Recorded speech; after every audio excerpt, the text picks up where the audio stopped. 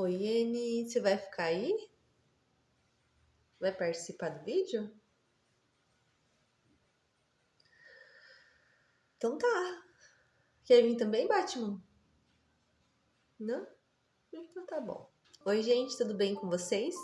Eu sou a Carol e hoje eu vou falar um pouquinho sobre dependência emocional. Essa doença, essa dependência emocional, ela aparece aos poucos que você acaba nem percebendo. É de uma forma tão lenta e sorrateira que quando você vê, você já tá doente. Normalmente, a dependência emocional ela começa a ocorrer quando você passa a tratar o outro como se ele fosse a razão da sua existência, como se ele fosse o ser mais importante do mundo para você, como se tudo que ele falasse fosse lei. É uma doença assim tão complicada que ela age como se fosse uma droga, sabe? Quando você para de usar, ou seja, quando você se afasta da pessoa, você entra em abstinência, você sofre literalmente, sofre fisicamente. Estudos mostram que realmente esse descontrole emocional, essa explosão de sentimentos que vem do nada, cria muita depressão e ansiedade. Por conta disso, muitas pessoas acabam se sujeitando a estar em relacionamentos ruins por medo de ficar sozinho. Então é complicado, porque a pessoa que é dependente emocional, ela acaba se colocando nesta situação. Se não é um narcisista, a pessoa que está com ela, né, a pessoa B, vai buscar tentar ajudar ela a conseguir tratar isso dentro dela, né? Ou, se não gostar da relação, vai encerrar. O problema mais grave é quando a pessoa A conhece uma pessoa B narcisista, que é algo muito complicado. Porque uma pessoa narcisista, quando ela pesca a presa dela, ela faz tudo que ela pode para ir eliminando todo o brilho da pessoa. Então, aquelas situações clássicas que a gente vê, né? Do homem mandar a mulher tirar o batom, controlar financeiramente, com chantagem. Não tô dizendo que a pessoa é narcisista, mas são comportamentos narcisistas de pessoas que querem ter o controle e que só ele pode estar certo e que só ele tem que ser importante. Então a pessoa tem que estar exclusivamente para ele. E é muito torturante, porque se você não faz o que o narcisista quer, ele te tortura psicologicamente, ele faz joguinhos com você, ele te humilha na frente de todo mundo, ele cria situações em que te constrange, que você não tem como se defender. E aí uma pessoa que ela é dependente emocional, ela é muito frágil, ela está num momento muito frágil. Então ela não vai conseguir perceber isso e ela não vai conseguir sair dessa situação. Ela vai só aceitando. E aí quando ela perceber, ela já tá no buraco. Eu tive algumas situações da minha vida em que eu passei por isso, de ter dependência emocional. Quando eu era adolescente, eu tinha muita dependência emocional em amizades. E, bom, vocês me conhecem e sabem o meu jeito, né? Eu não sou uma pessoa muito sociável. Eu tento ser, mas sou uma pessoa extremamente reservada e não me comunico muito bem. Então os outros me acham diferente. Eu não sei se eu atraía pessoas erradas, eu era muito ingênua, bobinha.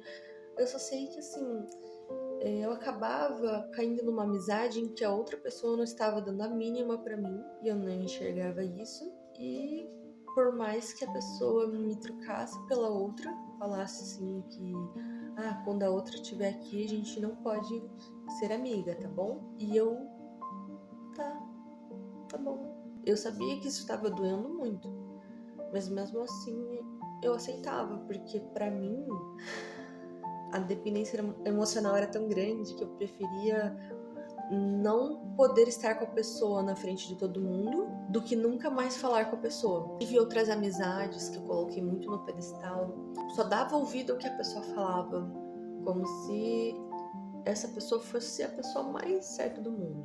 Eu depositava tanto os meus sentimentos por essa pessoa, que eu acabava deixando de fazer coisas que me faziam feliz, coisas legais, deixava de sair pra ir lá ver essa pessoa porque eu queria muito estar com essa pessoa, porque ela era muito importante pra mim. Eu sei que isso é bizarro, mas realmente era um sentimento muito puro, porque era uma amizade que da minha parte era como irmã. Mas aí que tá o problema. O problema não era amizade, o problema era que eu pegava todo o meu amor próprio e entregava na mão dessas pessoas. Era tão importante que eu acabava tendo que fazer coisas que eu não gostava.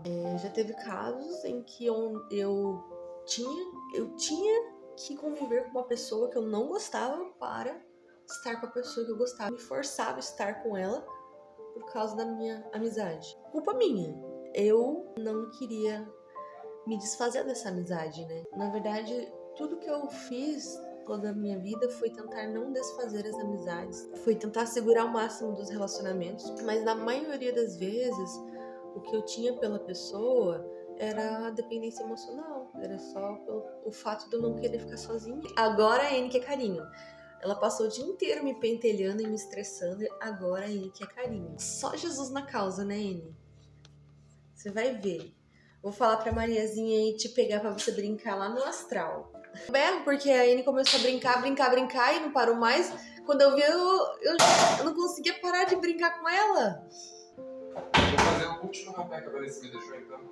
Enquanto você termina. Quando eu terminar, a gente vai no mercado. Tá, beleza, te amo. Coloca uma musiquinha daí. Virou artista agora. Eu sempre fico falando, né? Temos que quebrar ciclos, mas um dos ciclos que eu mais vi acontecer na minha vida é sobre sempre entregar o meu coração nas mãos dos outros, acreditando que a outra pessoa é tão importante que eu tenho que colocar lá do lado de Deus. E não é assim. Quando a gente gosta de alguém, independente se é relacionamento ou amizade, a gente tem que tratar o outro da mesma forma que nós gostaríamos de ser tratados. Nós temos que tratar o outro com o mesmo amor e intensidade que nós temos por nós mesmos. Então você não pode amar outra pessoa se você não se ama. Eu sei que eu sou macumbeira, mas uma coisa que eu sempre ouvia na igreja era que... Como que era? Amai ao próximo como a ti mesmo. E realmente isso faz todo sentido. Eu sei que eu puxei lá da memória dos 12 anos agora. Não tem como você construir uma relação forte com uma outra pessoa se você não consegue se amar o suficiente. E quando a gente fala assim, eu me amo porque eu me arrumo, mas isso não é só amor próprio. Amor próprio não é só aparência. Não adianta você só acordar, passar 1 quilo de maquiagem, colocar aquela roupa poderosa, mas por dentro você não tá se sentindo bem. Não vai adiantar. E se sentir bem por si. Olhar no espelho e enxergar a sua própria beleza. E a partir do momento que ter certeza que, por mais tenha todos os defeitos, se ama como é, você vai estar preparada para encontrar outra pessoa. Hoje eu busco construir um relacionamento mais saudável com o Christian. E quando eu conheci o Christian, eu tava em um desequilíbrio emocional e vibracional. E aí, quando a gente se conheceu, nós fomos equilibrando nossas energias e mantendo nosso relacionamento mais calmo possível, né? Então, todo relacionamento tem as suas dificuldades. Como eu sempre tive essa dependência emocional, no meu caso, né, era como se fosse uma paixonite, assim.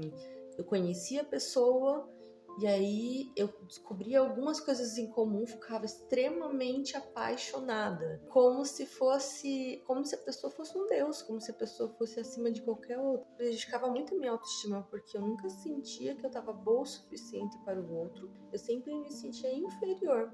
E isso é uma das piores características do dependente emocional. E quando a pessoa sai do relacionamento, ela tá acabada. A pessoa estava acostumada a ser amada por outro, pelo amor dela, ela acabou não sabendo mais quem ela é, perdendo sua própria identidade, né? A dependência emocional, ela cria muitos prejuízos pro futuro. ela gera muita ansiedade. Começar um novo relacionamento é complicado, mas nada é impossível. Quando uma pessoa percebe que tá passando por isso, o ideal é que ela procure uma ajuda psicológica, para que isso não se estenda o problema. Quanto mais tarde perceber, pior a pessoa vai ficar. Os sinais são muito claros. Às vezes a própria pessoa percebe.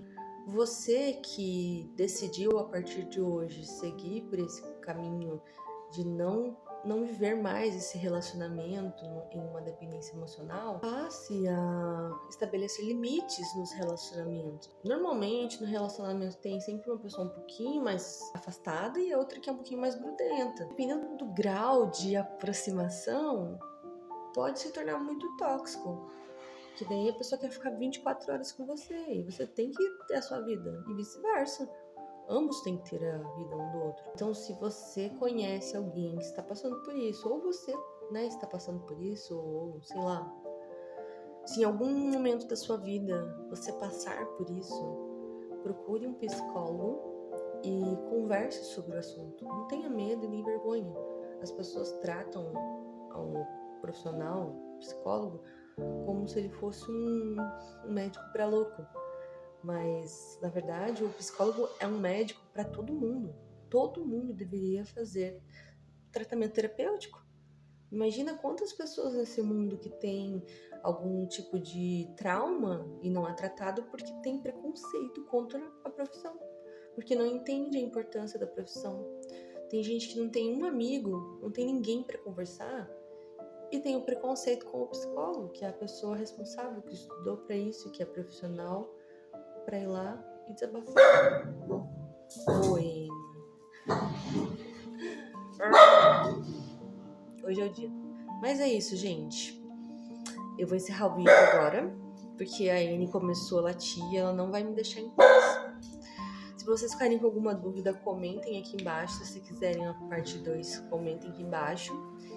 E não se esqueçam de curtir, comentar, compartilhar, se inscrever, ativar o sininho. E é isso aí. Um beijo, tchau!